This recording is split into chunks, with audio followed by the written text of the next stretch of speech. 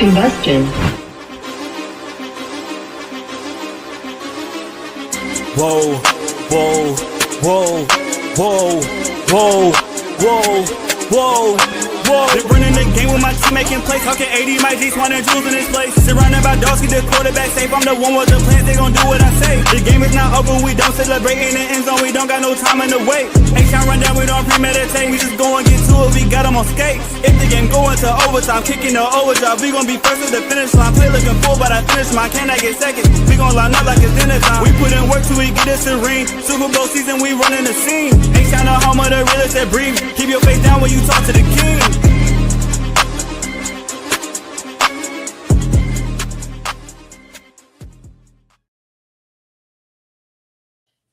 What up, y'all? Welcome back to another episode of the H-Town Rundown. This is your boy AD, and I got my co-host in the building. We got Clayton in the building.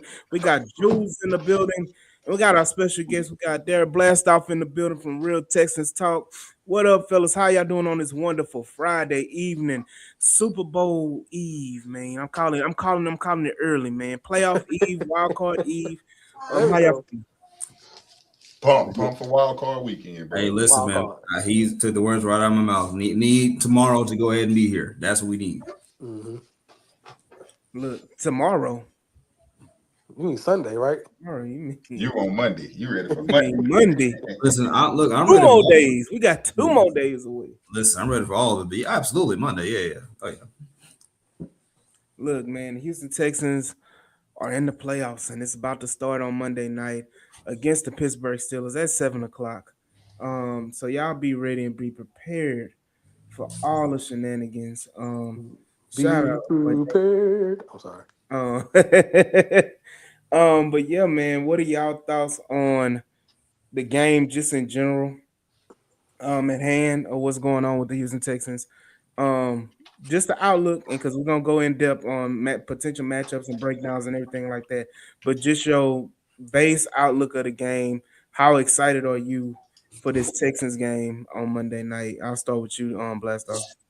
Man, well, good, man. Thank y'all guys for having me back on to start off with that again, man. I enjoy it every time, bro, and it's a blessing. So, but anyway, just tapping into the game, man. I think that we're going to prove. And first of all, first thing I want to mention is that this is going to be the first time, if I'm correct, that we ain't got to play a wild card weekend game on a Saturday, which Correct. Is good. We can wait and watch everybody else do their thing, and the chips will fall how they fall. Mm-hmm. I'm interested in seeing what the Jacksonville guys do Sunday. That's, my eyes are going to really be on that. But when it comes to us, I'm just excited, man. I think that we are going to, we still got these doubters and these naysayers. I think that we're going to be able to break.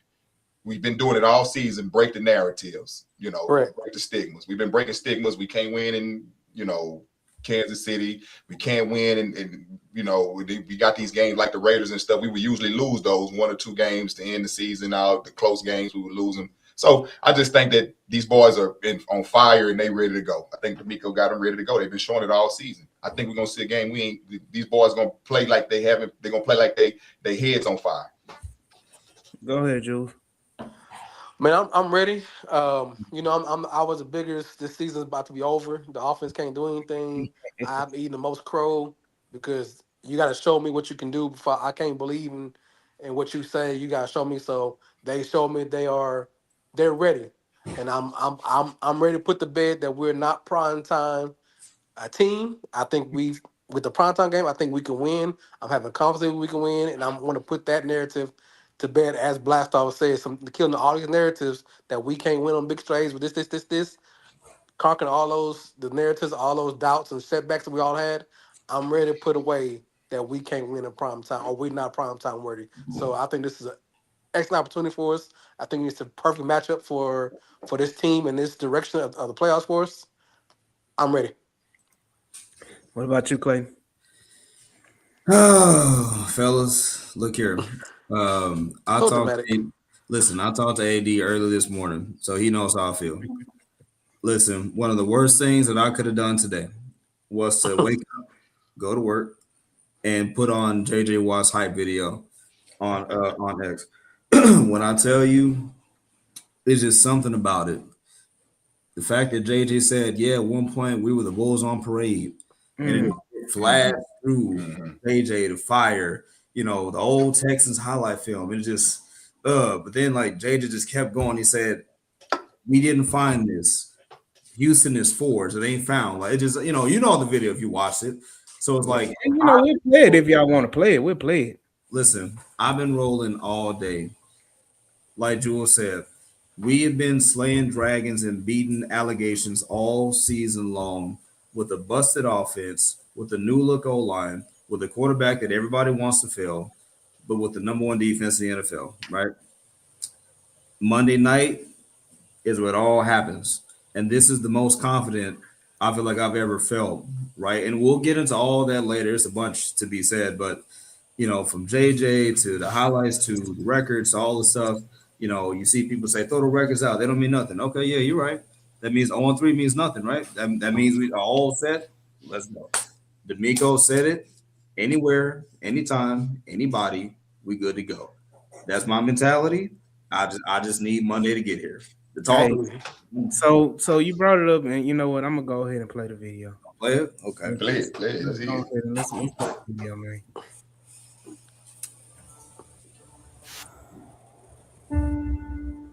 Our city has something different about it.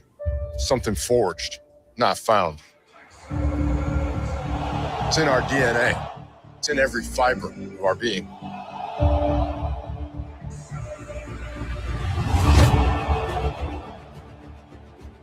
We were once the Bulls on parade. This defense, they are the real deal.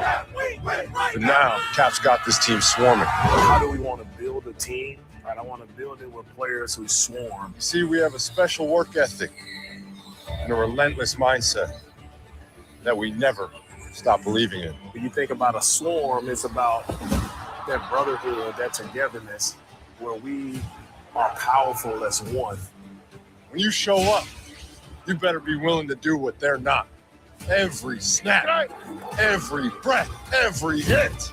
And it's picked off. The takeaway train starts to roll. Swarm is how work gets done. It's belief when no one else believes. Texans run to save their season. Steps up. He's going to run.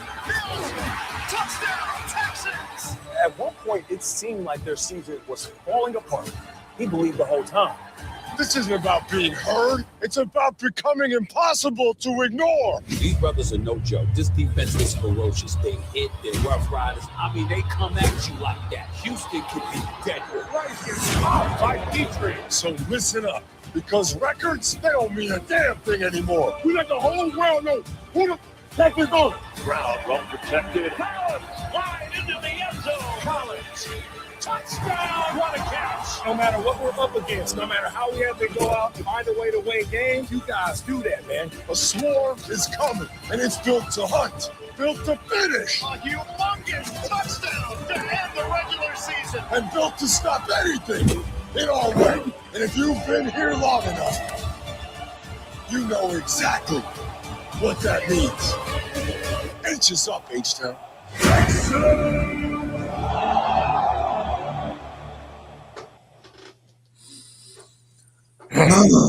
Let's put the pants on. Let's put the pants on. Texans! Boy. I can be a Hey, right. come on now, y'all ain't swarming, man. Texans! Hey, bro, let me ask you something. Everybody was debating about that name. We'll go again. Y'all ain't swarming. Texans! Everybody was debating about that name, but I'm glad they settled on it because I was like, Swarm City makes sense. I mean, that's what they've been rocking with. I've heard all kind of names, but I'm glad they settled on that. But they were trying to name that defense. Oh yeah, but to that end, AD, I've been rolling off that all day. Yeah, definitely. I've been trying to be, cordial. I've been trying to just like AD tell you. I've been doing research all day. Been making. Listen, I want this so bad. It's been nothing but Steeler talk and this and that. Yeah. This is the most I feel like the Texans need to go out and handle business. Everybody has the same mindset. They're hungry. They want it. They can taste it. They got all the weapons. Throw the 0-3 out. Heck, throw the 12-5 out. This is just football. Line it up and let's buckle your chin strap. Let's go ahead and handle business. I'm like, come on, man. Monday needs to get here. Solid. Come on, man. Hey. Man, look, Jules, what you say? Put the pass on. Yeah, Um, I can be right guard. With that speech, I've been always been hard on JJ, but right now I'm ready with JJ. I'm with JJ right now. Listen, Jay just said, "Hey, bro, did you see? I'm sorry, there's no shots at Denver. Did y'all see Denver try to? They put their video out today too. Akeem Talib. Maybe that's just me. I don't know. But why would Denver put a video out and they're not playing this weekend? hey, Mm-mm. I'm just saying. I'm an observer. You just notice things. But hey, we'll move past it. You know. Look, man, right now, man. They want to stay relevant. That's all. Look, I'm ready. I'm ready, man. And we can go right into the matchups. You're right. And Jules, I'll start with you. What is one of your key matchups that you really want us to start off and talk about? Well, mine is going to be the O line, and it's not going to be the tackles. It's going to be center and guard. Mhm. That's my key. That's why I'm watching it through the whole game. If we can protect, and I don't know if they're going to put Howard back on the left They guard. are. They're going to put They are. Howard. They are. Okay, and Trent Brown starts right tackle. You Yeah. can chip, you can block, you can use tackles, you can use tight ends, you can use Blake, whatever you want to protect the edges. If you can protect up front against Haywood and the rest of those guys up front, and CJ gets what he's been doing and progressing, throwing the ball away or getting all final looks, and receivers they beating their coverages and they're getting a little more separation they did weeks ago. This challenge against the Pittsburgh shouldn't be hard at all if you can protect CJ and if you can run the ball as effective as possible. I'm not asking for 100-yard games. I'm not asking for Mhm. 150-yard games. I'm not saying Woody goes off. I just need the offense line, the running game to be functional to give this team some movement, especially in the red zone. That is my whole key. The whole playoff run for me is interior pass run blocking for this whole team. If they can hold up against this team, I have nobody else to worry about going forward. Yeah, what you think about that, Blast off? Well, my look is I want to see how this Texans defense reacts to Aaron Rodgers, and how does Aaron Rodgers, because I heard earlier he came out and spoke and said he's seen this defense, he's practiced against this defense. A couple times. Yeah.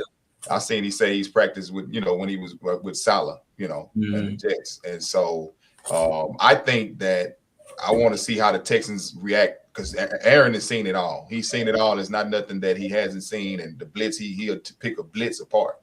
I just love our ability to rush forward, and I just want to see how this Texans defense fares against Aaron Rodgers in the secondary and whatever, and DK gets a big receiver like DK Metcalf. I wonder who we're gonna put on DK. Maybe Sting. I'm guessing. Mm-hmm. And before you go, bro, I just want to comment on the whole Aaron Rodgers and the whole he's seen the Robert Saleh defense before. This defense is not built functionally as Robert Saleh or DeMeco Ryans in the 49ers. This defense is not the same defense he's practiced against the Jets, because when he had against Jets, Sauce Gardner wasn't as good as he is as Stingley has been now. The pass rush ain't been the same. The secondary is not nowhere near what he's had in New York when he was Jets. So that's just blatantly disrespectful and uneducated for him to say that. Now, if he's seen everything in the world as a quarterback in his 17 years, 100%. But for him to say that, he know he's nervous, because that's just straight up inaccurate. Go ahead, Just brother. a lie. Just straight up lie. Straight lie, because it's not.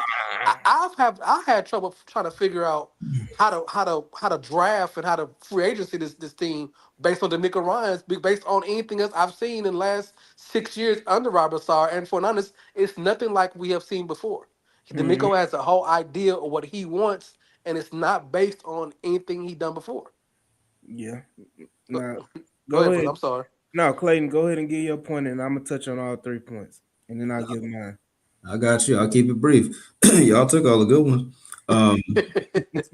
Listen, the Pittsburgh Steelers, I saw it from Brandon Hallman, 51. The Pittsburgh Steelers have one of the worst secondaries they fielded in a good long while. I'm looking forward to testing that secondary out with Higgins, Hutch, Nico, all of our pass catchers, heck, Woody out of the backfield, Jawar's not playing, but still. Because if Zay Flowers can do what he did, right, and I get it, you're going to make adjustments. But hey, facts are facts. We all saw it, right? Lamar Jackson cooked y'all. So we got about 3 or 4 of those dudes who can do the same exact thing. And I guess as a little cheat and to stretch the definition a bit of matchups, give me Texans versus the red zone. Simply because the Texans are a red zone offense away from being an elite offense, right? Tell him, Clay. Tell him, Clay. That's not far-fetched to say. They are literally a red zone, just competency in the red zone away from being a top 10 offense. Like they finished top 13, right? Mm-hmm.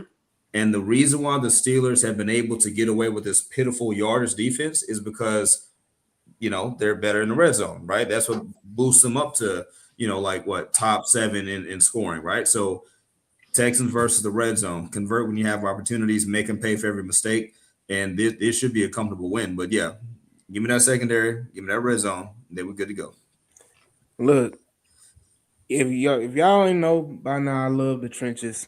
I'm all for the trenches, and that's the first 2 points that were made by Blastoff and Jules. I'll start with Jules. Yes, this offensive line has some work to do because I know we look at the name of TJ Watt and we look at Alex Highsmith and we look at what's his name? Damn it. Who, Haywood? Yeah, Cameron Haywood. Yeah. It's 2 other names that are really damn good as well with Keanu Benton and Derek Harmon, the rookie Derek Harmon. Those guys are playing their ass off as well. Right. So we have to really, really be stout on the interior with those 3, Hayward, Benton, and Harmon, because those 3 allow TJ Watt and Alex Highsmith to really just pressure on the edges. So we have to be able, to shore up that interior with Jake Andrews, Titus Howard. That's why it's important that Trent Brown plays, and he is going to play. It's been confirmed he's going to play. He was at practice today, and he was full go, no limited anything. So it's important to have Titus Howard on that interior because you don't want a Jared Patterson going against a Derek Harmon or Keanu Benton. Right. That's just a recipe for disaster and for CJ Stroud to get 8 up in the middle. So it is important that Titus Howard is playing at guard this game. So shout out to Trent Brown for coming back from that injury. And then to hit Blastoff's point as far as the defensive side of the football, we have to get pressure with the 4. Correct. I don't think first of all, we're not a heavy blitzing team to begin with.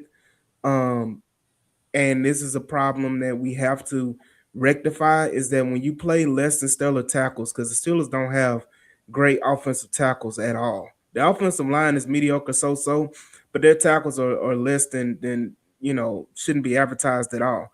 So we need Will Anderson and Daniil Hunter to step their game up. Feast. And feast when all other times we've been asking them when we played the Kansas City Chiefs and they were down tackles. When we played the Buffalo Bills and they were down, well, we dominate that game. But yeah, we dominate that game. But I'm like all the other games, like I think Raiders would be a good one. They did the Raiders, the Cardinals, like those we went kind of silent. Even the Colts, we went silent and we weren't as dominant as we were. I'm not talking about this last game against the Colts. I'm talking about the game in Indy. When you had Daniel Jones hopping on one leg and you couldn't put him out the game, he had to get put out the week after. So, why, Daniil Hunter and freaking Will Anderson Jr. have to eat, and I'm expecting 2 sacks apiece from them in this game. And because Aaron Rodgers is, as much as he wants to move around, he's 42 years old, and he cannot move like he used to move. Yeah, I think again, Graffa pointed out of here. Aaron Rodgers quick short passes outside the numbers. Aaron Rodgers ain't do nothing down the middle. I think he hit one play, the Fernmouth. Yeah, that was deeper though. Yeah, that was I said no, that was like deeper down the seam. It wasn't like really in the intermediate. It was like right down the field. But you got to remember, the Ravens secondary is atrocious. So it's like you can take that with a grain of salt. But if you go back to the Browns game, and I know he was trying to avoid him personally was trying to avoid Myles Garrett being on the sack record. but you could see him being quick doesn't let the play develop with receivers, Exactly. and it killed the whole offense trying not to get sacks, trying not to be part of the situation. Now you have two guys that can get to the ball. He can throw as quick as he wants to, but if the route's not there and not developed, they ain't going nowhere. And we do swarm better than anybody else in the league. My biggest fear, and this is my point too, is they're gonna use a DK Metcalf as a decoy and kill us the tight ends. That's all. That's more into the situation. Well, I was gonna say they did lose Darnell Washington, right? So they Yeah. got fire moves, but they lost Darnell. Like that was a low key loss because we have been getting whooped High by key. right, like Trey McBride and Brock Yeah. Bowers. So we kind of got off with him not being there. Yeah, look, that part defensively we have to match up. I think Freiermuth is a good tight end. I don't think they have anything really behind him. I mean, they got Jonnu Smith, but Jonnu Smith is, old. He's old and washed up. Real quick, Eddie. I'm sorry. I just wanted to, before the comments swept it away, Grafa asked a question about how did the Steelers get here. I'm gonna keep it real brief because we in the flow. No, go ahead. Listen, the reason why the Steelers are here in an AFC that is full of frauds this year is because they face one of the worst AFC Norths in probably the last 15 to 20 years. Bengals twice with no Joe Burrow, and you split 1-1. Ravens, you swept them, but again, it's like a rock fight. Both y'all kind of bad. And then you had the Browns. They're the Browns, and you split with those two. So that's how the Steelers got here, basically, and feasting on the Jets and other bad teams like that. I got a whole bunch of stats on like them against winning teams, if you want to ask that question. But how they got here, I mean, blame the NFC North, basically. But AD, continue. Go ahead. I mean, that's what they used to say about us back in the day in the AFC South. Oh, that's why I said that. So we're going to hold everybody accountable, right? And it was proven. It was proven when you came against good talent in AFC South that we didn't have enough challengeable teams to put ourselves in an upper echelon. We failed against the Palmer teams, and I asked for the same thing with the Steelers team. I have zero fear of this Pittsburgh Steelers team. I don't care what anybody says about Aaron Rodgers. I like that. The run game.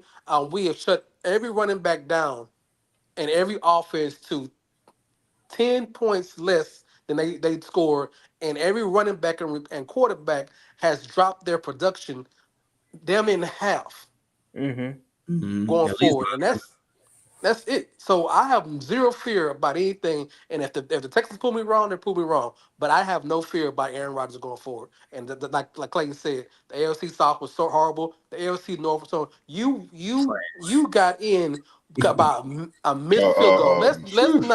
Let's not pamper. Let's not give him any other credit by a missed field goal with a 45-35 chip shot that he should have missed. Let's not talk about this. This team can surprise everybody and make a great run because they're not. Must say you saw Cam Hayward talking about, go ahead and count us out. Like nobody believes in us. We did. We are. We know how I feel to be the last place division leaders with no respect, with no real good wins. We've been there. We were there last year, 2 years ago, 10 years ago. We understand it. And when we play against the big boys, we get demolished. So we the big boys this time. And I feel we should demolish the Steelers. I'm 100% disrespectful. Must say, AD, didn't we literally talked about that? We said if there's any city, Jules, you just said if there's any city that can justifiably not have any sympathy, it's us right here. Because we know what we've been through. We've seen failure. We know what suck looks like. So we can tell you if you're not good or not. And it's this delusion, this Dallas Cowboy level delusion of man, the Steelers are this and 23 consecutive home Monday night games, and we're this and that. Okay, cool. Yeah. All right. Yeah. Cool, buddy. We'll see you Monday, but cool. That's fine. Look, man, Blastoff, you want to add to that? Anything? Yeah, I just wanted to say, I was looking at a stat earlier, and Aaron Rodgers is one of the QBs that just locks in on his first read most in the league. Other quarterbacks, I was looking at CJ, they lock in on their second, third read, whatever. But that'll be a problem for him if these boys can just do what they need to do and lock down for the initial 3 seconds, because I think Aaron Rodgers is like 2.46 seconds for his release time. I think that if they can just lock down that first receiver and make him do something that he doesn't normally do, which he can do it, he's 20 plus years in the league. I think that'll be very well. So again, man, I don't see. I'm second in Jules, man. I don't. This is one game. I'll be honest with you. I really want to just tell people, because you never know. I really just want to tell people, man, don't be worried about this. These boys didn't come this far and playing this ferocious and run through all of these teams to fold over to a team that barely made their way into the playoffs. And they talking about cold weather and all of this, man. We just went to Kansas City and held Patrick Mahomes to his worst QB rating ever. So, you know, man, we've been making all quarterbacks just look so horrific. And I don't think that we owe them one. Don't forget what they did to us last Halloween. You know, excuse me, not the Steelers per se, but what Aaron Rodgers did to us last Halloween. So, you know, that's why I stand. I'm not worried about it at all, man. I'm with Jules on that, man. You know, I'm telling everybody, don't be worried about it. This team got far to go. Not this. And not real no quick Pittsburgh. to that point, so we can get off of this. And the only thing that will concern you is if you let the Steelers keep it ugly. Again, Andy and I, we talked about it. If you go back and watch the film, Seahawks, Chargers, Bills, it was all the same things.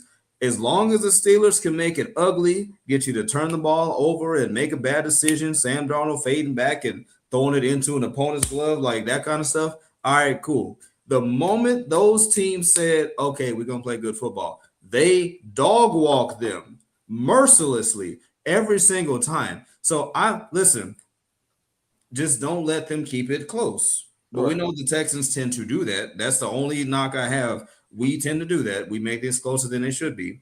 But if you knock them out quarters 1 through 3, forget that. Do the Chargers first quarter again, but this time sustain it a little bit more. You good. You go up 14-0 against these Steelers, I think you good. That's where I'm at with this because of what we know to be true about the Steelers. But AD, you got it. Continue. No, I mean, it was similar to the Chargers game. You get up multiple scores, and it's hard for them to come back because of the way that they play the game. The Steelers are very, short, quick passing game, and we talked about it. And to your point, Blast off about the 2.4 seconds, that's because there is a lot of screen passes. There is a lot of, quick slants and all of those things, getting the ball out quickly in their offensive scheme for Aaron Rodgers' benefit, because Aaron Rodgers can't sit back in that pocket too long because it's going to be nasty and a disaster. Right. So, again, like the hype video said, we swarm. So those screen passes aren't as effective because I don't think we've gotten beaten really the whole season by just crazy screen passes and all that stuff like that to the running back, to the tight ends, to the wide receivers. That is what the Steelers are going to try to do, is get the ball in Warren's hands quickly, get it in Gainwell's hand quickly, get it in DK Metcalf's hand quickly, and so those type of things, don't really worry me at all. I'm at the end of the day, if only thing that worries me about this game is the Houston Texans. Right. That's it. The Steelers don't concern me not one bit. It's just the point that they don't have anything to offer. It's almost, and I was gonna do a bad analogy. I'm not gonna do that because it's a Good Friday. I'm not trying to do 2026. I was about to do something real out of pocket. But I look at it now is that, to be honest, I know that the defense is gonna come to play.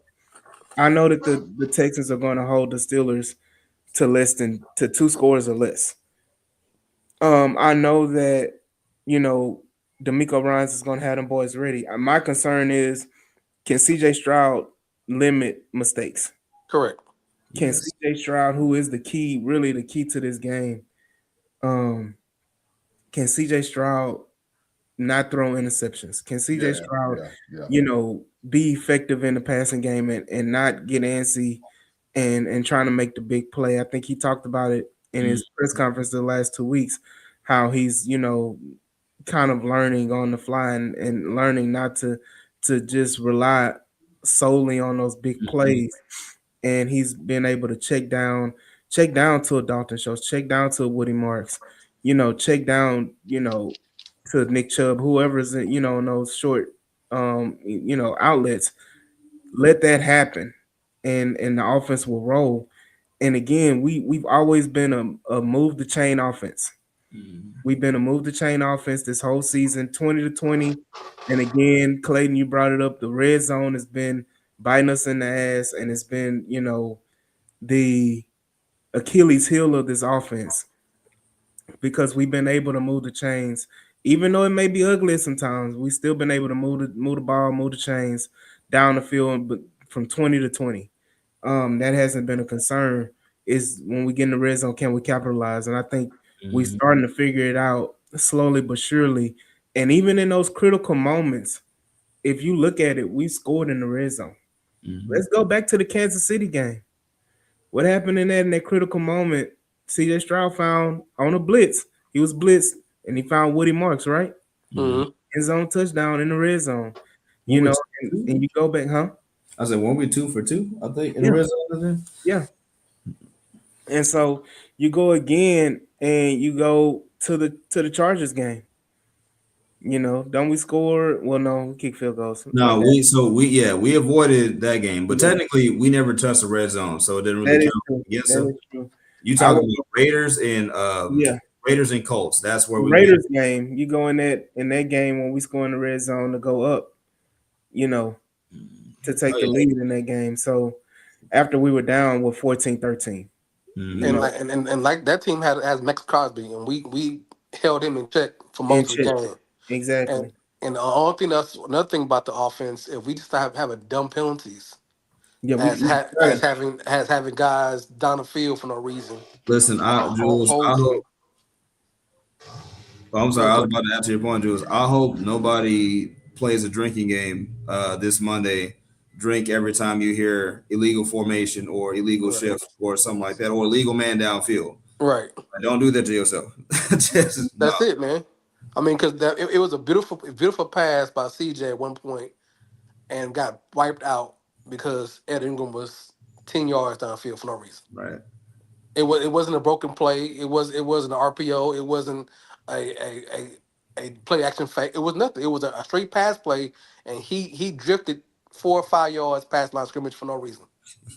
That's just not player wellness and awareness, and that's what we need. We need to have these guys understand. And I'm pretty sure that D'Amico, who's been in playoffs before with the 49ers with us, he knows the understanding of it. This is a whole different ball game. You have all the eyes. They have nothing. They have even extra refs in playoff games to ref these situations. So you have to be on your concentration on your game. So they have to just play smart. If they play smart, this team is easily beaten.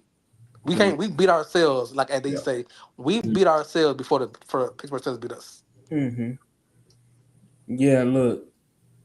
And Freeman said we learned from that. I hope to God we have learned from it. But again, those pre-snap penalties. If we have a tush push, can we avoid being offensively offsides? Can we avoid the illegal motion? Can we avoid false starts? Can we avoid illegal formations? Can we avoid all of those pre-snap penalties? And then, Clayton, you brought up illegal man downfield. Can we avoid those kind of boneheaded penalties that always seem to set the offense back? Because honestly, we haven't gotten that many holding penalties.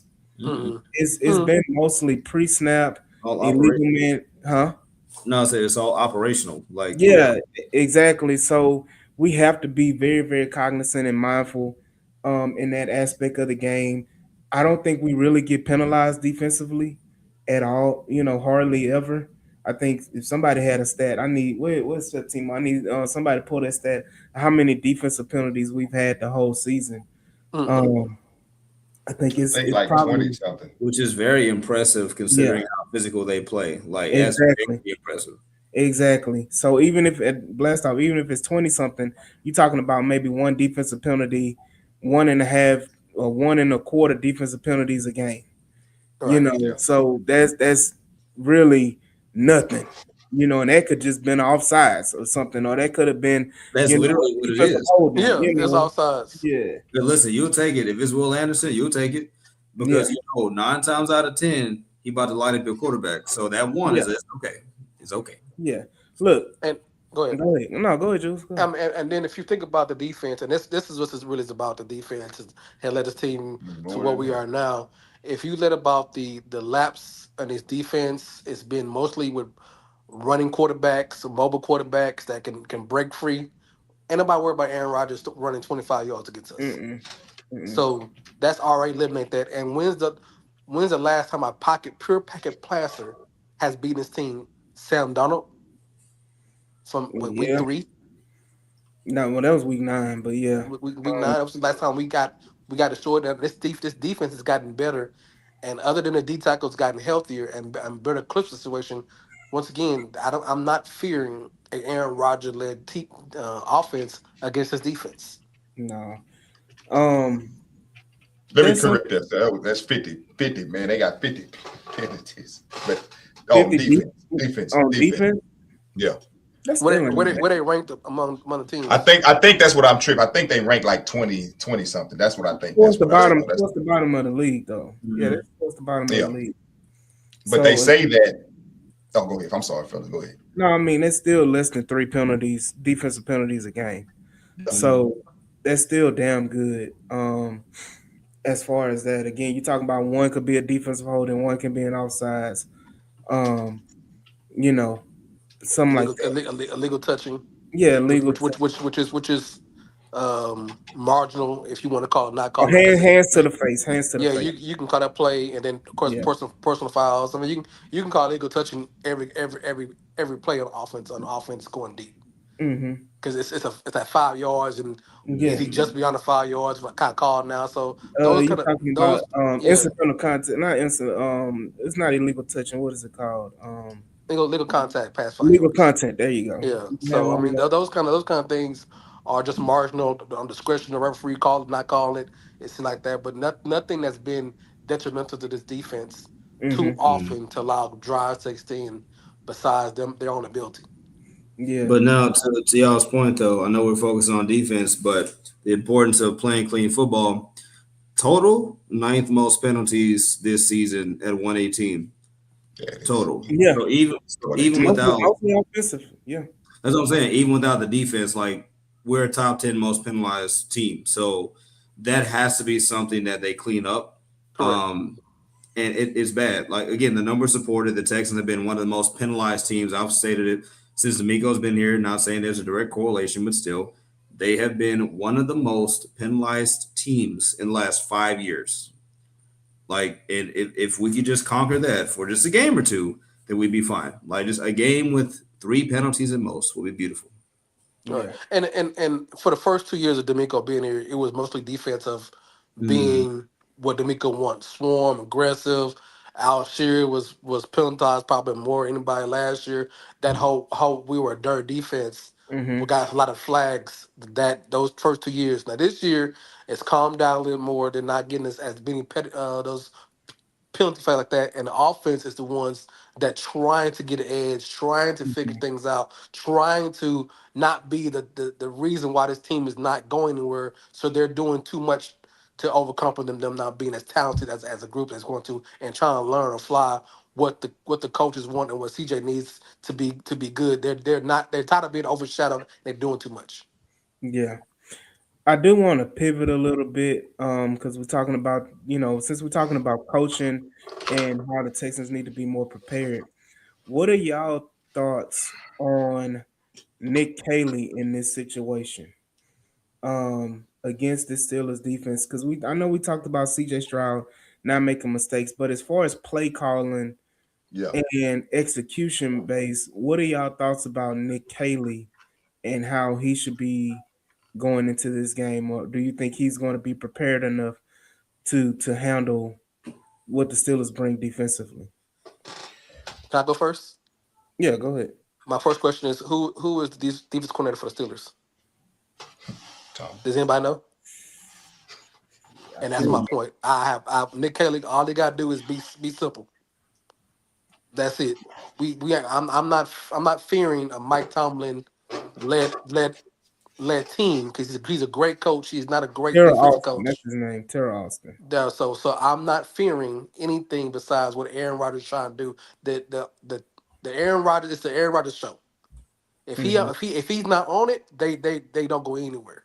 If the defense doing their job, I'm not worried about anything Nick Kelly can do. All I gotta do is do something simple. I'm not worried about anything on defense side of the ball from the Steelers. They don't scare me anything at all. So all he gotta do is be simple. It's really what CJ is really on CJ more than anybody else. Nick Kelly can make the calls. CJ got some responsibility to changing plays around and audible is really on CJ because this defense you should not fear this defense at all. On Nick Kelly or CJ Stroud. It's what they want to do. This is what the Texans should do going forward. This is a team that's not on the same level offensively and defensively that you should control the situation. Yeah, what about you, Blasto?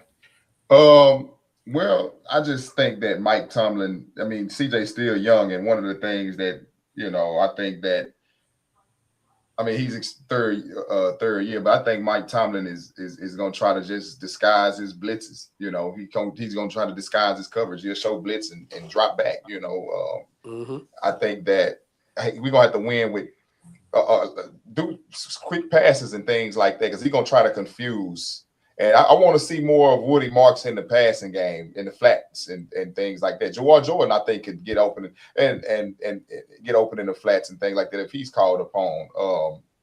I just expect disguised coverages, shells to I just think that he's going to try to confuse Nick Caley.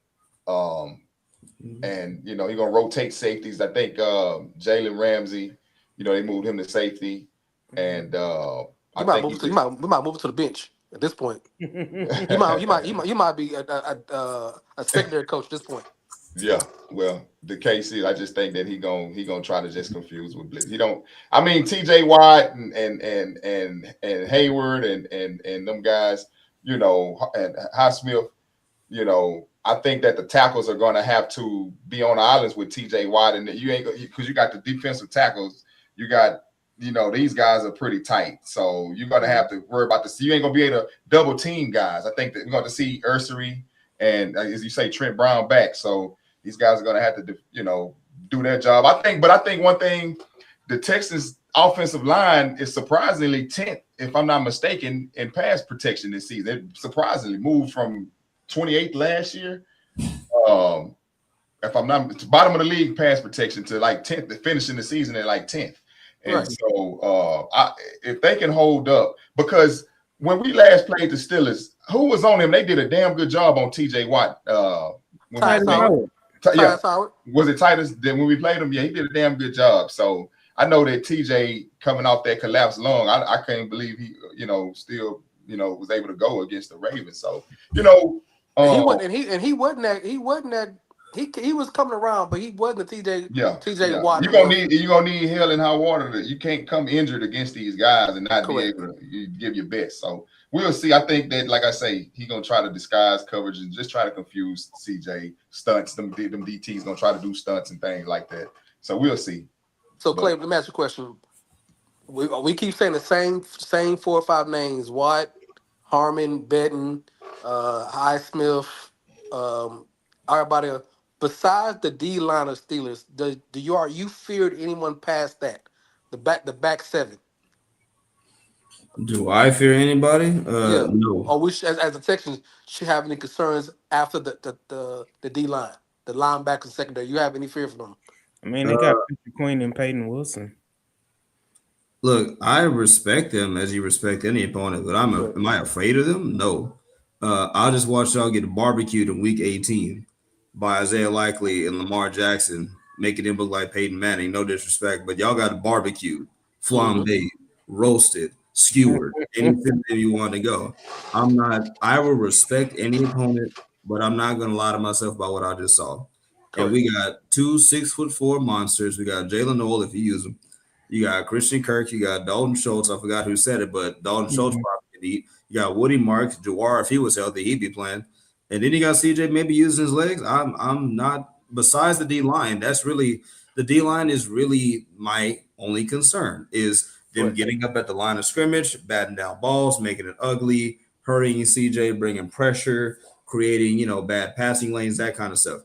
Outside of them, no, not at all. You fellas mind if I say one thing, fellas? I think that the Steelers, though, man, they kind of in like a desperate mode because this could possibly be Mike Tomlin's last hurrah and Aaron Rodgers' last hurrah. Both of them.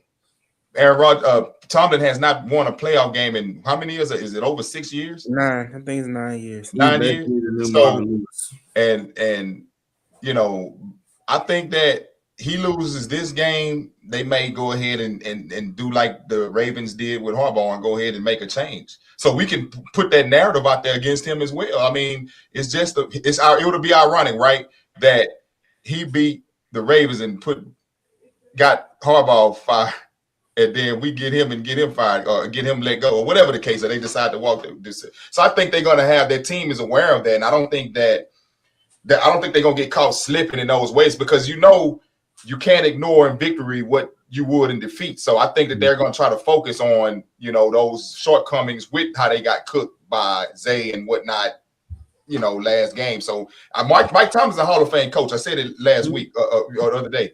So I don't think that he's going to they know what we're going to try to go after. So I think we need to be on top of like, hey, I know he's going to know what we know. We know we're going to try to attack him in these ways. So yeah, I think Shador cooked that team a couple of times. I mean, a couple plays.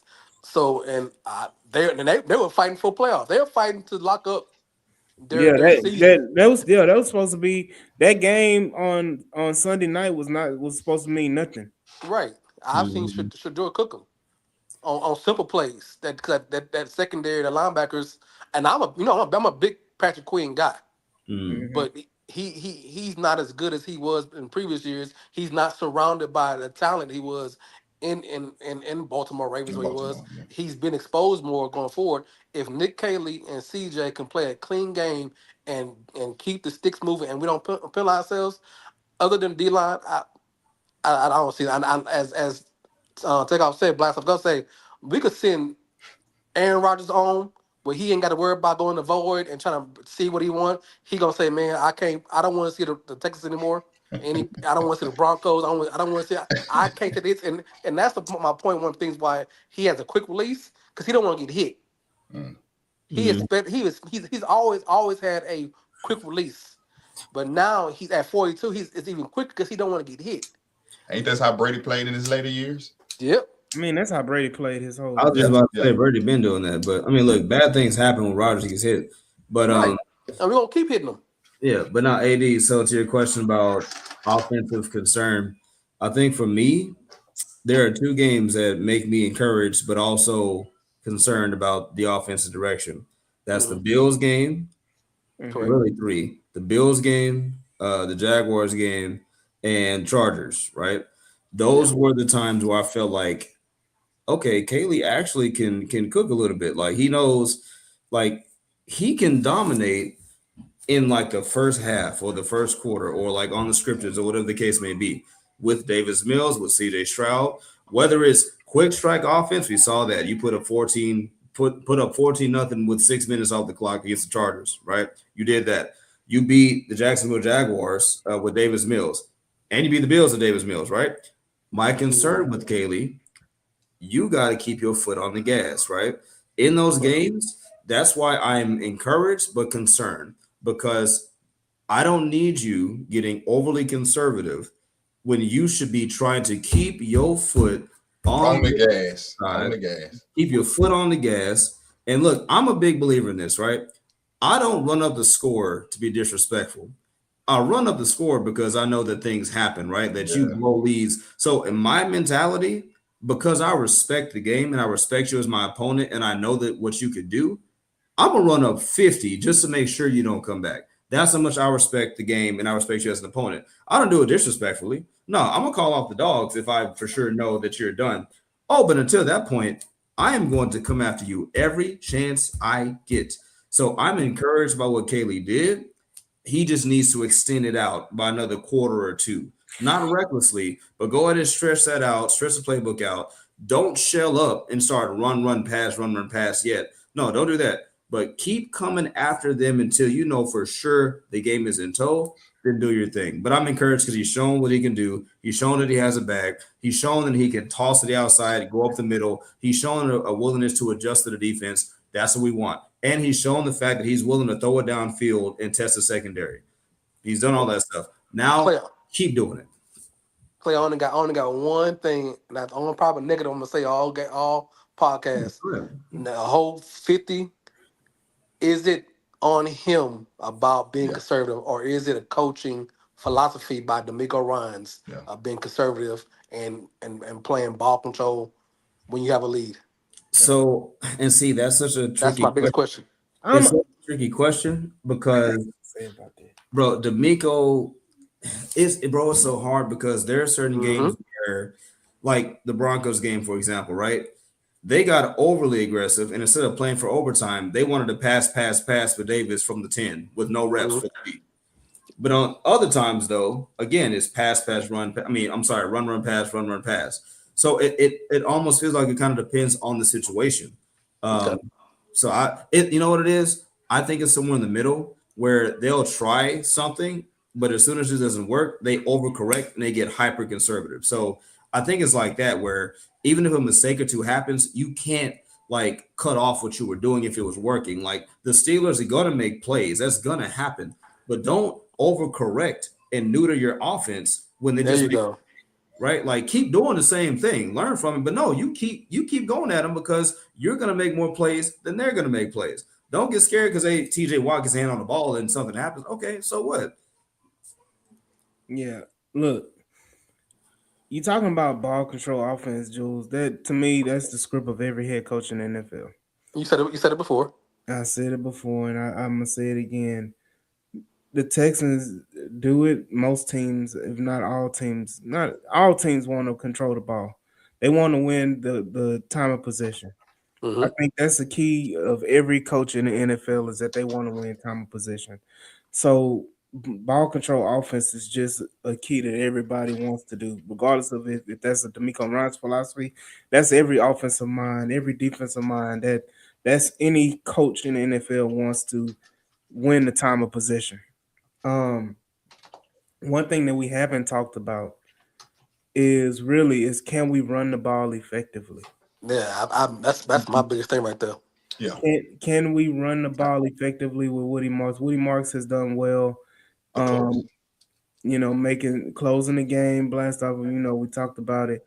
And can Woody Marks not only close the game, but can he run the ball effectively during the game? Does this kind of, with the Jawar Jordan injury, does this kind of spur outside of Woody Marks? Do we see more of the Nick Chubb in this type of weather? Is he healthy?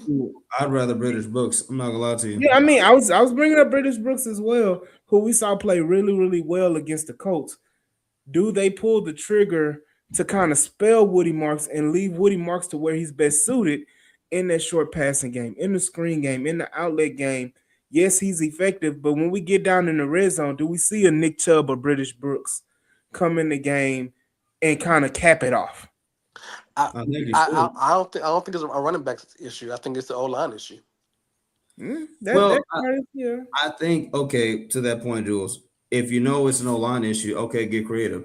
CJ Stroud has legs too. Sprinkle in a couple of zone reads also, right? Something just to put something different out there on tape. You haven't done it all season. This man has one rushing touchdown all year, and that was an accident. So it's like, you don't have it on tape. So you have the advantage of, and I'm talking about Peyton Manning versus Dallas Cowboys, play action fake, get in the end zone, do something unexpected. He can do it. We don't have it on tape. But that on that one, that's a special case because we know Peyton Manning don't never run, and they just sold out for the run game. There's coaches that understand that CJ can run. He chooses not to. He do have a little bit of wheels, That would never be the play you talking about. Would never happen with CJ. They're not going to collapse so much on the defensive side that they leave him the slowest white man quarterback of all time to run 6 yards and took him an hour to get there. That situation. But I understand your concept, and I agree that it should be a play for him to run outside because he is somewhat quickly on the ball. So I like your idea of being creative and make them misdirection or using their aggressiveness like teams do against us. When you have two aggressive ends, sometimes you can cut in and have an open spot and open lane because they pushing in so hard that you can have open lanes. And that's really all I'm saying. Like, a part of why the Texans were bad in the red zone is because they didn't know that they could toss the ball to the outside until week 10. Right? What you mean they didn't know? Bro, listen. They act like they could not understand the concept of running to the edges until week 10. Like, I'm sorry. That's what I mean when I say, like, the advantage of the Texans right now is you waited so long to put stuff on tape that you have that advantage of the teams don't know what the heck you about to do. And that's what I said. I don't want it to be an excuse of the O-line this week. Okay, well, if you know that, do something about it. That's the whole point. Like, don't run up the middle 4 times. Okay, do something else to move the ball 5 yards. Like, I'm pretty sure you can crack something, whether it's CJ on his own read or toss it outside or something like that. But there are so many ways to be creative in a small space that they just haven't done. They've gotten better as of late, but but do more. And I'm holding out hope that maybe they've held on to something in their back pocket that's not on tape yet that they could spring on the Steelers. That's assuming they let it get there. I would rather them just avoid the red zone altogether. But, you're going to get there. Can I make a bad joke? There might be a New England situation. They know how to use speedy backs on off tackles because Bill O'Brien had the same problem with Lamar Miller. But you know what, man? I want to say, I think another reason why we can blame Kaylee for not being creative or whatever, but I think, I'm gonna be honest, this might rub people the wrong way. But if you can look and have logic, you can see. I think that CJ Stroud, I think in that Chargers game, he threw 2. They was up 14. I think they were 14 at the time, but he threw 2 interceptions in the second quarter. So I think they did have to press the brakes on just trying to get too wild with the aggression. So he has to play smart as well. If you're gonna play aggressive, you can't do things like that. So that'll get, because they remember they started running the ball and moving the ball on the ground after that, and the game did slow down because I think that they were just trying to protect the lead. And with CJ throwing 2 interceptions against the Chargers like that, after they were trying to go aggressive, I think they were trying to go aggressive, but I just think that CJ, I think that he kind of backed off of that because you don't want him to, protect that lead. Just protect that lead. He was trying to throw it away. He was. Yeah. Look, you can be. First of all, you need to be aggressive early. Yeah. You have to be aggressive early, and like Clayton said, if you're gonna be aggressive early, be aggressive the whole game. Be aggressive the whole game. Don't have those lulls, and don't sit back on your hands when you got a comfortable lead or whatever. Go ahead and go crazy and put up 30, 40 points just to make a ultimate statement at this point. I think that, and I'm going to Graffa's point. I don't know. He's saying he can be creative. I think he's holding back. I don't know if we don't know what Kaylee is or what he does, what he has. I think that's still a work in progress. There's still a learning process for everybody. But you have to, again, be aggressive. You have to run the ball effectively offensively, and you have to stay. Larry talking about Oregon. Brother, we knew what the result was going to be. I don't even know. Hold on. What is Kaylee? Hold on, Jules. What is Kaylee, Larry? What is Kaylee? Go ahead. And that was my statement. Everybody say, "Oh, Kaylee's holding back," or Kay don't know what Kaylee does or knows until the whole season. I think that's an advantage, though. It is. I think that's an advantage that they don't got to bead on Kaylee.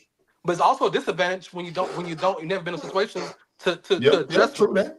To make adjustments is because you've never been in that position before. You don't know how to adjust. You've been somebody been holding your hand for 3-4 years because you had one of the most creative offensive minded and coaching for the Rams for a couple years. You had Tom Brady to orchestrate defense and Josh McDaniels to show you how to do it, but you have never been in that seat to do it. So I disagree with anybody who says Caley's holding back, because Caley don't know what he has or what he's doing until he's proven and reviewed after the offseason. Say, okay, this is my mistakes. This worked for me. Let me adjust going forward. So I disagree with anybody that says he's holding back because he don't know. Say what you want though. Kaylee got us 12-5 against what we had last 2 years, and there you go. He got first run on first down. Bobby, everybody knew you were gonna run on first down, no matter you told yourself. Bobby didn't do, which has got us 12 wins. Right. A part of what got us 12 wins. And Bobby had a better old line. Was his first season. People don't talk about that. Yeah. So Larry said Kelly is Kelly is a first-year OC who's been learning on the job, has held his offense back with a lack of aggressive play calling after big plays, and he's lacked creativity with lack of screens and end arounds, and not using his young wide receivers early. Again, he's a tight end coach. What do you know about end rounds? Yeah, end arounds ain't the no, Jules. Look, I respect you. You know ball, but no, heck no. When you come from a Super Bowl winning organization in the modern NFL and you learn with Sean McVay, you have a responsibility to at least come over here with some type of, if not just creativity, some type of feel for the flow of the game. And I think that's maybe Donald Trump fans. I think that's like the biggest thing that I'm bothered by. It's not as much creativity, it's flow of the game. Like down, distance, possessions, like start, stop. Kaylee's problem is too much sputtering and too much of just like, it literally looks like he's just like calling, like he don't know, like not saying what he's doing, but he's just calling stuff, right? And he's gotten better with that. But that's my thing. It's just flow of the game. If you know flow of the game, you can beat a lot of defenses. But if you're guessing on offense, then you don't maximize anything. So that's where I had a problem with Kaylee. Hey, you know what?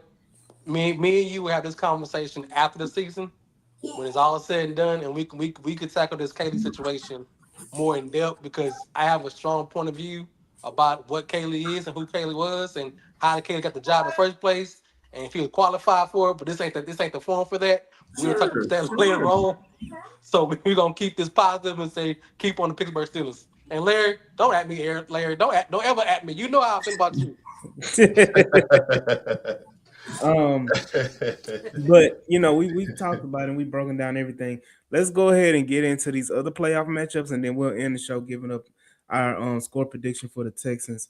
So let me pull up the schedule. Clayton, anybody got the schedule up? I should have been prepared about that. My bad, y'all. I got you. It's the Rams versus Panthers, 3:30. Panthers first on Saturday. In Carolina? Ooh, in Carolina? Oh, yeah, because they backed into the season too, just like the Pittsburgh Steelers. And you don't hear their fan base worrying about them. Oh, the Rams can't beat Carolina, and they backing off the playoffs too. Mm-hmm. Yeah. So who y'all got on that game? The Panthers and the Rams. I think the Panthers make it closer than expected, but Rams pull it out. I think that the Rams. But I just want to say, hey, good kudos, shout out to Bryce Young, man. Shout out to him, man. Shout out to him. Got his team into the playoffs. Year 3. And on what he says, kudos for not being let go, Bryce Young, because you about to be out the door like the rest of these coaches was on Black Monday. Mm-hmm. But y'all not ready for the Rams. I think the Rams getting through some injuries. They trying to get back on point. They got a point to prove, because they should have been the number 1 seed, and they lost it on some good plays and bad plays here and there. Get some good teams they had to play. They lost it because they had to play some real good teams, Seattle and 49ers, the last couple games, and they had to play these weak NFC South teams. But they should beat these boys by 20. Yeah, I think it's gonna be. They should beat them by 20. I think it's gonna be closer than expected. I think it'll be a 1-score win by the Rams. Carolina's defense is legit. Yes, against NFC South teams. You're right. Mm-hmm. But look, I think Carolina. Well, the reason why I say they're legit, they are very, very turnover prone. They do well turning over the ball defensively and getting takeaways. So Yeah, it's uh, easy against Baker. It's easy against Kirk Cousins and Mike Penix when they want to play them. Know what I'm saying? I'm just saying the New Orleans Saints. That's the 14 thing that he played towards the end. So they ain't playing no good quarterbacks in the last 7-8 season games. So I think the Rams win by 20 points. Dang. Damn. what's up, Bab? Yes. Oh, gone. Yeah. I don't think it's gonna be that. I think it's gonna be a one-score game, man. The next game we got is on Saturday night. You got Green Bay and Chicago, the good old NFC North rivalry. Who do y'all have winning that game? I got the Bears, actually. Oof. I got the Nice Bears. one. Yep, I got the Bears, man. Aaron Rodgers, his real estate license just ran out. I don't trust Jordan Love. I'm not gonna lie to you.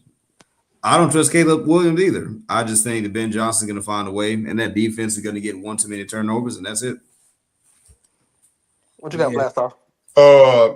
I just like what Caleb Williams doing out there, and I like, like you say, Ben Johnson, man. Since he came over from Detroit, man, I think that he can scheme up, But I think they won with that last game. They won against the Packers in the last second, huh? Yeah.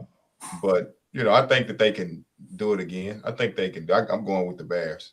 Because Luther Burden is disgusting. That Yeah, man is nasty. Luther Burden, and I wanted him so bad. I like Jaden Higgins, but I wanted Burden so bad. He was just a troublemaker, I guess. Yeah. Clay, don't get AD started on his love for Luton Burton III. Let's don't get him started. So I'm gonna go and say this. This is probably my toughest game to predict because I don't trust any of the teams. Nope. Either teams, I don't trust either one. I think Caleb Williams and the Bears. It's a good story. He's getting better. He's gotten better. He's on the projecting to be what they thought he's going to be as a generational talent. Which I know I don't really agree with that term, but I think it's going on. You know how I feel about Ben Johnson. I think it's just that's just little Ben Johnson, dog. Yeah, so you know how I feel about Ben Johnson. Yeah. But I still don't know because, like I said, it's a different beast in the playoffs, and they don't look as clean as they could be and they should be. But also, you can't trust Jordan Love and the Green Bay Packers because they always need to let you down when they should be winning. So to me, it's hard to game. So I think it's a pick 'em. So flip the coin up. I'm going Packers. Not confident either one. Not confident in my decision, but I'm gonna go with the Packers. Literally, that's a great way to say that. Yeah, I'm gonna go Packers as well. I just think Chicago may slip up here, and I think the Packers will take care of business. Can I add? I think Matt LaFleur gets fired after this game. Even after he wins? No. Oh, you picked them to lose. If they lose, Matt LaFleur is going to get let go, which is another head coach, experienced offensive coordinator option in the market. So I'm just putting it out there. Just saying. Didn't he come from the McVay tree too? Or yeah. Was that okay? I would say he would be a great boost as an advisor, but that's way down the road. Yeah, go ahead. Jordan Love should be back, right? He's a turnover machine. I don't trust Jordan Love. He's a turnover machine. I mean, because he's supposed to be the next biggest thing for 3-4 seasons now, and he had time where he developed under Aaron Rodgers. Not like say Aaron Rodgers really taught him anything, but he taught enough to bridge him. Then he had a couple seasons where he's good. He got the big contract. He got secured. He still hasn't proved to me to be a accountable, sustainable offensive threat that everybody tries to build him to be. He's Justin Herbert for Green Bay. I'll put it to you like this: if the 2024 Texans should have beat you, I don't trust you that much. Sorry, we should have beat them last year. That's the bar. If you can't beat the Texans, I'm sorry, I'm not. Sorry. Look, we'll see, man. Yo, the next game, man. I'm gonna flip these games on Sunday. Let's start with the NFC, and then we'll go to the 2 NFC games because they're more important. Philadelphia, San Francisco. Who y'all got? Go ahead, blast off. I'm going Philly, man. You know, I think that wow, this is a yeah, legacy pick, right? I gotta go Philly. I think that you know, they're gonna do them similar to how we did them. I don't know that you know, matter of fact, I just seen what happened with what's his name, Brock Purdy. And they didn't look too good in last game. So you know, I think that Philly is still on that trajectory, man, to where they can be the scared one of the I mean, they're not the best team in the NFC at this point. I think that's, to be honest, I think that's Seattle. But I think as far as 49ers, I think that they can get them. They've had much tougher tests and Patrick Mahomes style tests. And I think they can go ahead and take care of the 49ers. That's why I'm at this. What you got, Clay? Yeah, I got Philly. I was gonna go Niners, but the Niners, man, their defense is suspect. Without Warner, without Bosa, I think it catches up to them. The Eagles, they know how to win ugly. They've done it all year, and I got Saquon, but cranking out a couple of long runs and just playing really keep away. Really, not really a blowout because I think they're the kind of the same team. But I think the Eagles will just know how to close it out and make things hard on Brock Purdy with Jordan Davis and that defense back there. So yeah, I got Eagles probably by a field goal, but I got the Eagles. So is Jordan Davis and the other guys they playing the D tackles? You talking about Jalen Carter? Yeah, they should be. Haven't heard anything different. Okay, so I'm gonna go with the Eagles just because I think they can limit CMC with that up front pressure. It's gonna be a tight fought game. I think I'm agree with you saying that Barkley will have a monster game this game. I just think that Philly just too much, and I think the injury bug about the 49ers on their defense side, it's gonna be hard to overcome. So I'm gonna go with Philly. Yeah, I'm gonna go Philly as well. I think they go ahead and knock off San Francisco. Next game, I'm gonna go New England and the Chargers. This will determine if the Texans have a home. This one of these next two games will determine if the Texans have a home playoff game in the divisional round. This is hard because AD, I've been using the F word a lot this year. And that was fraud, right? The Patriots have the 32nd ranked strength of schedule in all of football. For those who want to get super technical, they got the 32nd ranked strength of victory schedule in all of football. Regardless of how you slice it, they got a weak schedule.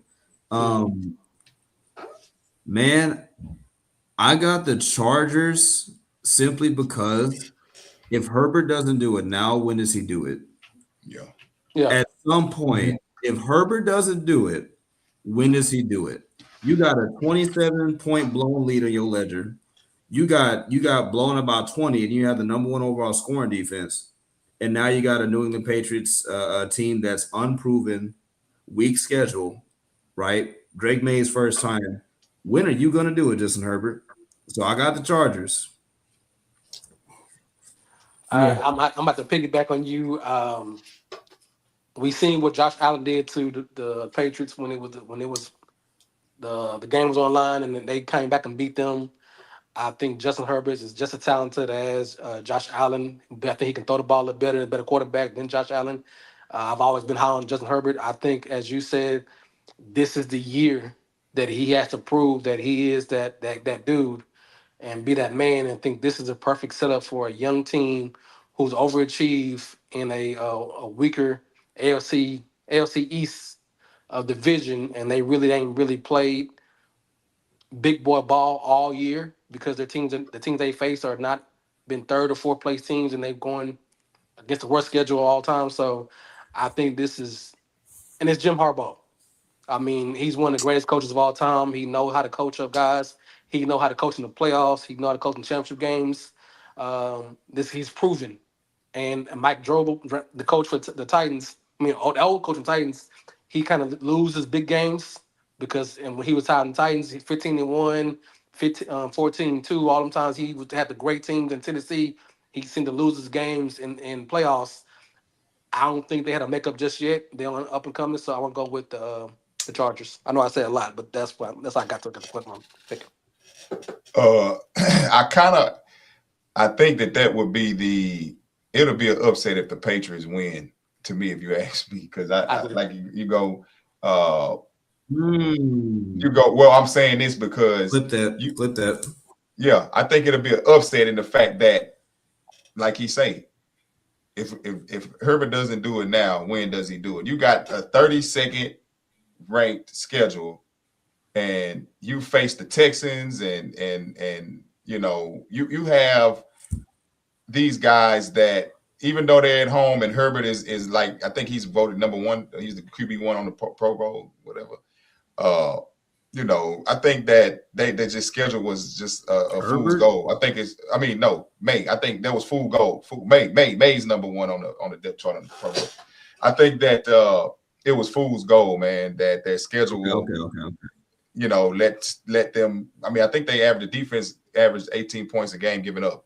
But I mean, again, they had the easiest schedule in the league, so it's just fool's goal. I mean, we know, all respect to Mike Vrabel, and we know that how he had Tennessee rolling for the first couple of years. I think he won the division once or twice as a coach of the Titans too. But I think it's just I think the Pats gonna win it, man. I think that I'm going. That's why I say it's gonna be an upset. I think that's why I would call it upset, but I think the Pats gonna win it, man. I think that Vrabel gonna have these guys prepared.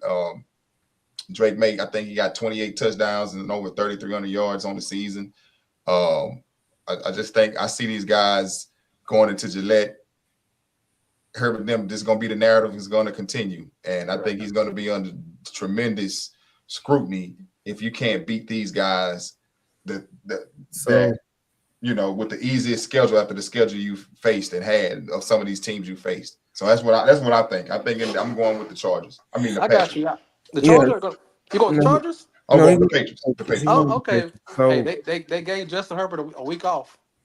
I'm going to say this.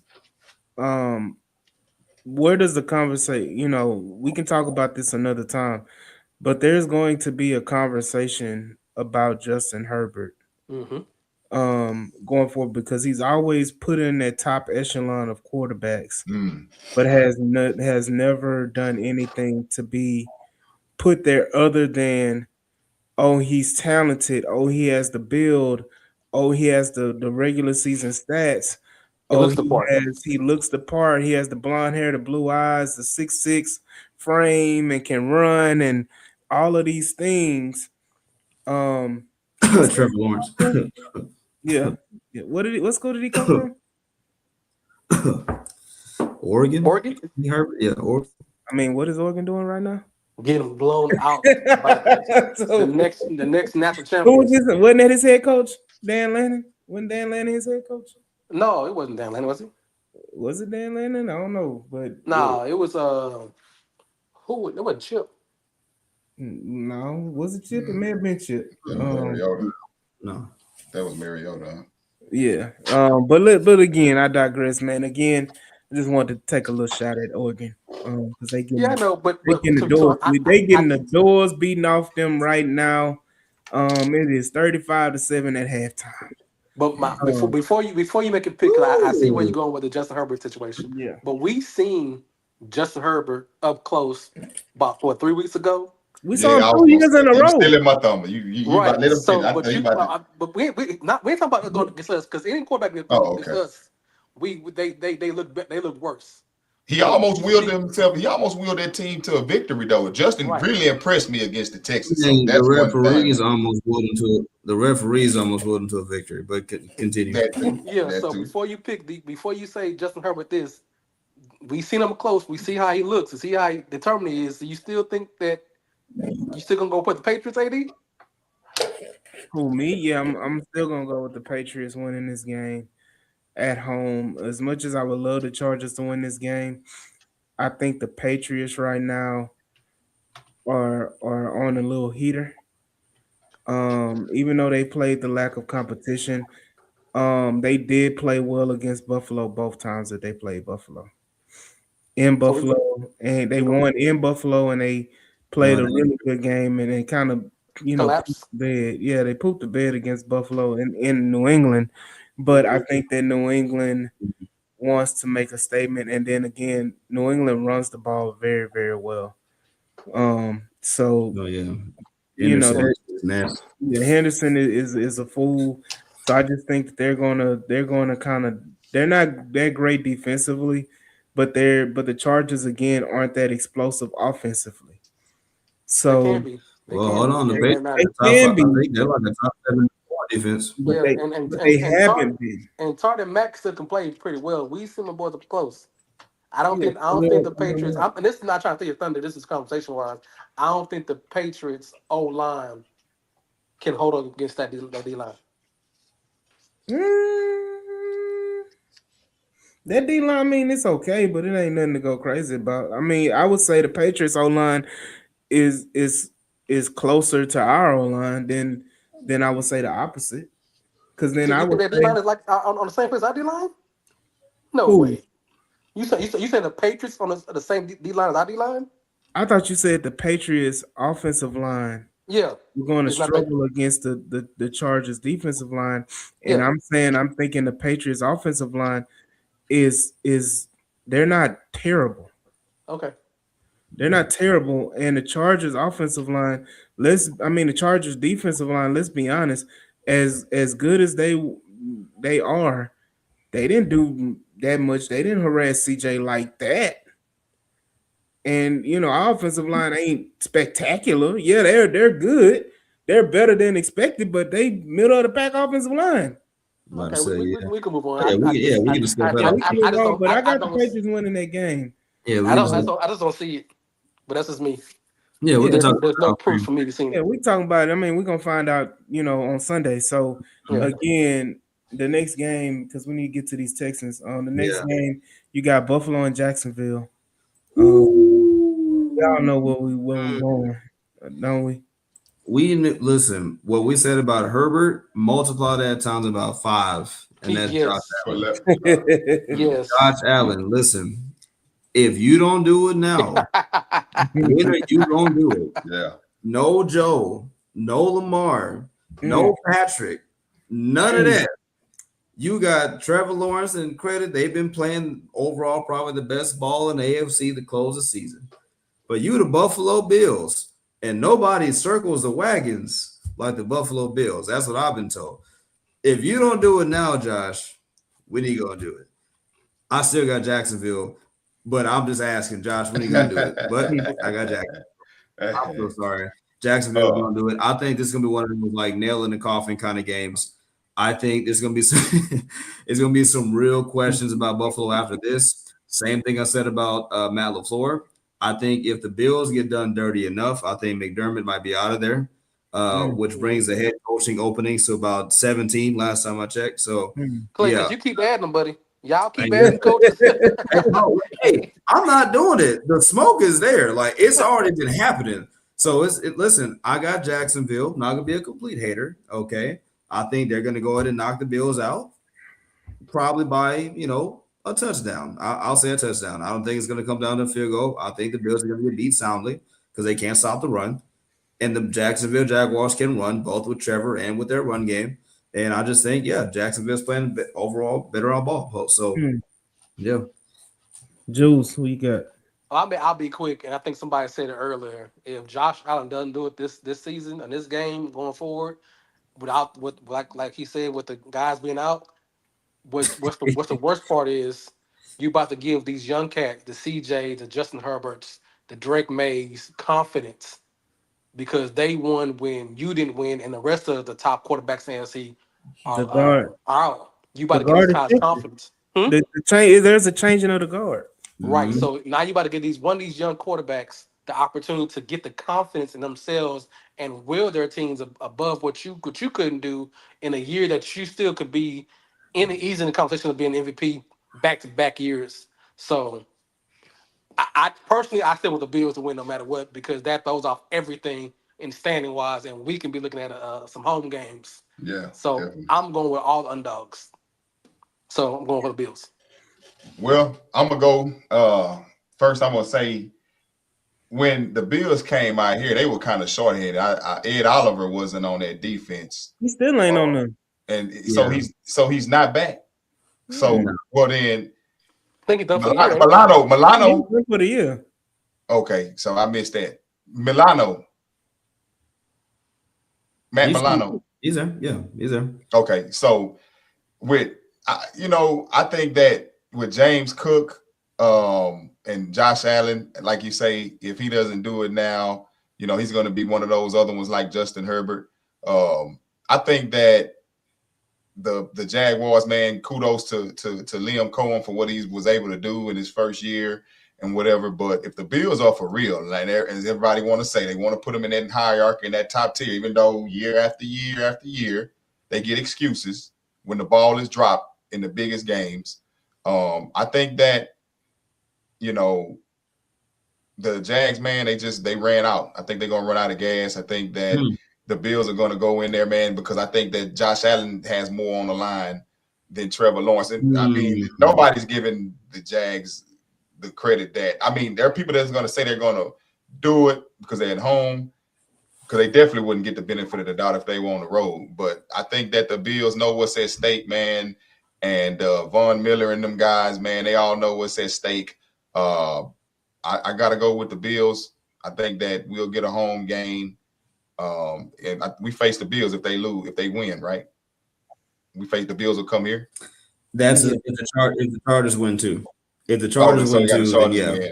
Okay. So yeah, that's where I'm at with that. Yeah, I think the Bills are going to pull it off. I think Joe Brady going to have to do what he going to have to do, and I don't know, man. It's basically just going to be it's going to be a close one, but I think that Josh Allen and James Cook and them are going to be able to have breakout games on the ground and whatever. But we'll see. I'm choosing I'm going with the Bills on this one. The Jaguars are gonna win this game, man. Jaguars are gonna win this game, and it's gonna set up for the Texans to play the Jaguars. I'm sorry, the Texans to play the Broncos, and I want the smoke with the Broncos. But all in all, yeah, I got the Jaguars. Look, man. Let's go to this Texans score prediction, and I'll start with Blast Off, man. What's your score? All right, real quick. Go ahead, Clayton. Oh no, I was gonna say, Blast Off. With respect to you, can we please start real quick? We got Mama Marks. She gave us her score prediction. Oh, shout out, Mrs. Shout out, Mama Marks. Shout out. Shout out, Mama. Mama Fans Marks. of yours, so if you're watching or somebody knows her, share it so she can see it. She said, and I quote, I think the final score is going to be 28-17 Texans, so an 80 special. It's called a blowout. Yeah. Absolutely. Go ahead, Blast Off. Shout out Mama Marks. Yeah. Friend of the pod. You know what? I think that the Texans, man, are, like I say, this ain't their end. This is not they did too much. The story is just too beautiful, and this ain't the end road. These boys are heads on fire. Will Anderson called it when after we were 3-5. He said, hey, we don't have to lose another game, and they did not lose another game. So I just think that, man, these boys are gonna run through. I think they're gonna run through them. I believe they're gonna hold the Steelers under 17 points, or 17 points, under 17 points, and I think that they're going to be able to do it just like they've been doing, 24-17. That's where I'm going with it, man. 24-17 Texas. I mean, because it's going to be a dogfight with Aaron Rodgers on his last hurrah. I believe this is going to be it for him. We're going to beat him down. I think they're going to put the punishment on him, and I think that Mike Tomlin has his back against the wall as far as his coaching career. Hall of Fame coach he may be, I think his back is still against the wall. Aaron Rodgers on his last leg. These boys are going to play hard. They know what's at stake. 24-17 Texas. Clayton? I got 28-16 Texans. I just think similar to the Seahawks and what they did, the Bills what they did, Chargers what they did.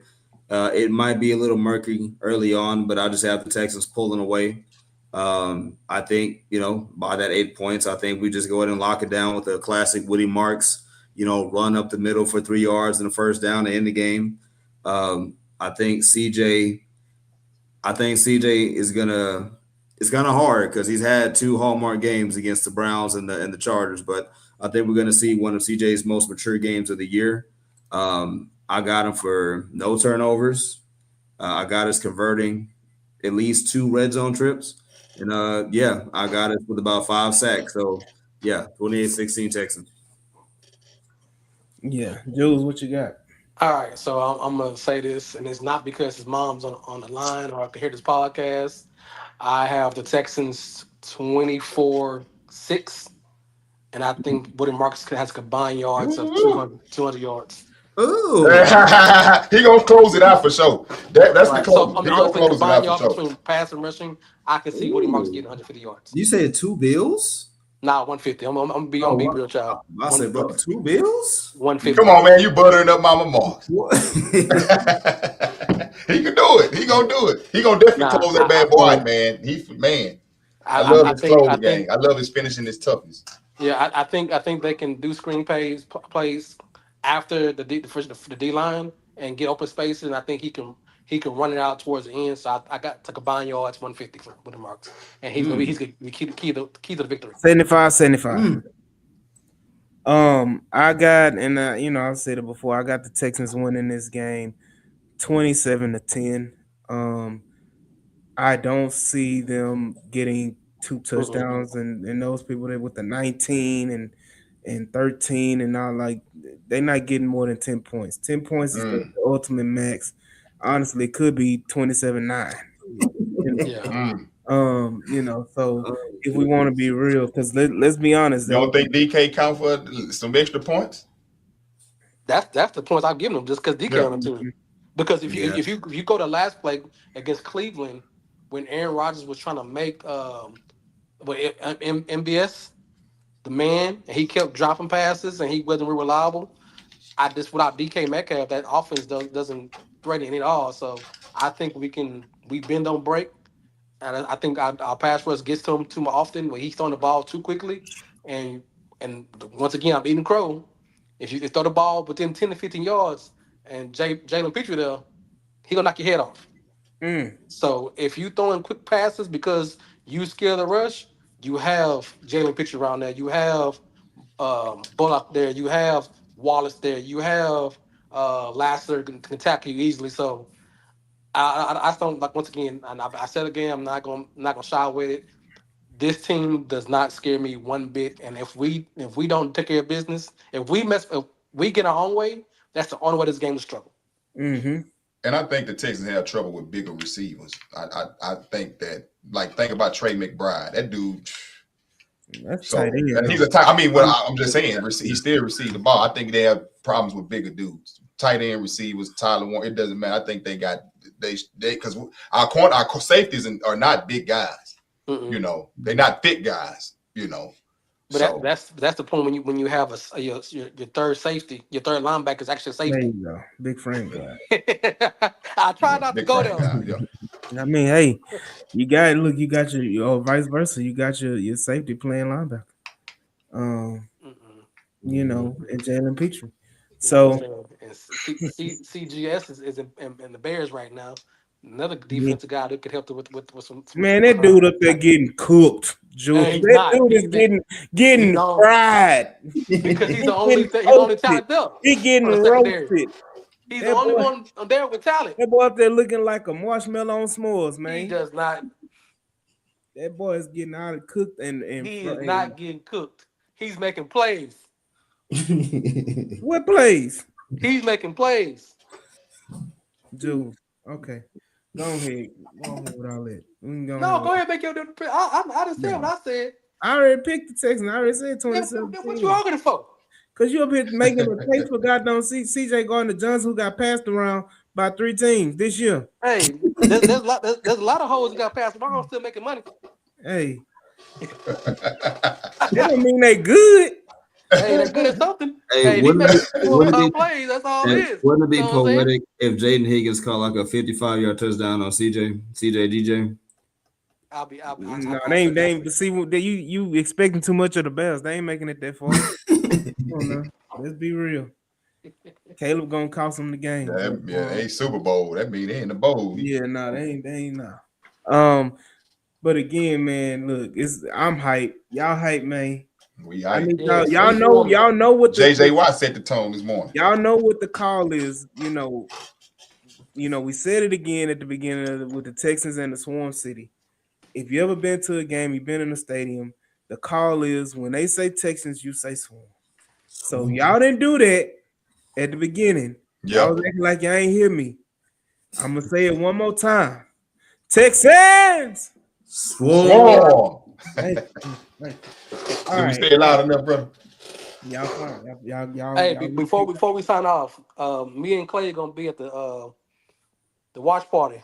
Mm-hmm. If y'all want to come by, hang out with us, take a picture with us, or just talk ball during halftime like that, just drop by. We'll see y'all. Yeah, absolutely. I'll make sure y'all check out Clayton. Which one is that? There's a bunch of watch parties. I'm seeing like Texans. at the stadium. Official. Yeah, the NRG one. Okay, yeah. You gonna be there? You going to another? I'm gonna pull up. I'm gonna be there, but I'm gonna stop by. It's another one out there in off of Washington. I'm gonna stop out there, man. I got invited to one over there, so I'm gonna pull up there first. I'm gonna be there because all my family going. We all going together to the one in NRG. Yeah, Washington too scared for me, man. It be popping too much for Washington, me, man. I'm too old for Washington. Hey, let me tell you. Woodhouse Media, they got one in New Guinea about an hour out. Of course, I ain't going to that one, but just shout out them. They got one going on too. Ruben, Harley. Was Ruben going to the one on Washington? Yeah, Ruben has one with Platypus. Platypus. At Platypus Brewery. And then Harley and Woodhouse Media has one in Figgy Fig over there at Jesse's Burgers in New Caney. So y'all make sure that y'all check all of them out. Yeah. And then of course the main one in NRG with the Texans. Jules, bring you some popcorn and some food because they ain't gonna feed y'all. Have y'all ever been to one at the stadium? I'm just sorry, I didn't mean to cut you off. I ain't never been to one at the stadium. No, but if it's anything like the preseason thing that the what they call it, the State of the Union and all that, I'm gonna make sure we all go to that next year. No, it's more like the draft parties. Okay, well, still, man. Yeah, the State of the Union was something they tribute to y'all precious season ticket holders. They try to cater y'all, but the draft parties and everything is like that. You still got to buy your own food, and food gonna be available, all that stuff like that. Yeah, make sure y'all get a Trill Burger, man. But yeah, shout out Texan Fan and Rehab. Appreciate you, brother. Again, shout out everybody in the chat. Grafi, Big BQ. You got Black Lion, Texan Fan and Rehab. You got Bab. You got Larry and Stafford. Big Larry. Yes, you got K1 Stella. You got Brandon. Harlem. Y'all know Brandon. We got Freeman, my boy Freeman Brown. You got my boy Alfredo as well. Houston sports fan. Shout out him. And you got Frank Z as well. And come on, y'all. Swarm. You got Sherrod. You got Daniel Berry Sport. Have they ever? Yeah, they had a watch party. Well, they had I think they had one last year against the Chiefs, if I'm not mistaken. But yeah, I think they have one. It's not as been. We've never had one that's promoted like it is because there's a chance Texas may not play a game at home this year. There's a chance. That's probably But that's good. and that's the reason why it's on Monday night. And it's on Monday night too. So that part as well. But shout out to my boy Blast Off, man. I'm gonna put this banner up here. Y'all make sure y'all go ahead and follow him and subscribe to his YouTube page, his TikTok, his Twitter page, all of the things the boy be putting out. Crazy good content, man, all the time. Y'all make sure y'all go ahead and follow Blast Off, man. And I got some interviews still to drop, man. Debbie the Texan, man. Y'all know Debbie and I'll be at the stadium, and trying to get some vibes what's going on at the watch party. So y'all stay tapped in, man. Appreciate you, man. Absolutely, man. We appreciate you for hopping on with us. Yeah, for real. Texas fan, hey, Blast Off is legit, bro. Appreciate you, fam. Rafael Ryan, say you're a rising star. Appreciate you. And he's Texas fan Rehab said he got 2 extra tickets. Y'all reach out to him. Look, I ain't gonna hold you. I can't do a watch party in NRG. I just can't. Y'all did actually. You say you gonna be at the highs, huh? I'm be at the high. Yeah. I got a whole theater. Yeah, already. I got a whole take theater. Advantage of that. That's why I watch my Super Bowls. Yeah. That's why all that. Y'all, I'm good for a watch party, but playoffs a different story. I ain't about to play around. So we know Super Bowl part at 80 highs, man. Oh, of course, yeah. Now you know what? I ain't gonna lie. If they go to Super Bowl, I'm in Cali, baby. I'm in Cali. I ain't gonna. I'm gonna go to Cali. If they go, you got to go. You got to go. You got to go. Exactly. I ain't gonna be probably at the bowl. I ain't got $10,000, but I'll be somewhere in the mix. Somewhere watching the game somewhere. Yeah. Mm-hmm. But again, man, we appreciate y'all all. Y'all make sure y'all tune in on Monday night. And y'all make sure y'all rep the Texans and we pull out this victory in Pittsburgh. Y'all go ahead and y'all swarm. Y'all swarm. Y'all swarm. Y'all swarm. We swarm city this playoff. Swarm City gonna bring a Super Bowl to the city. You know, and we're gonna be Swarm City during the playoffs, and we're gonna be Super Bowl City after the playoffs.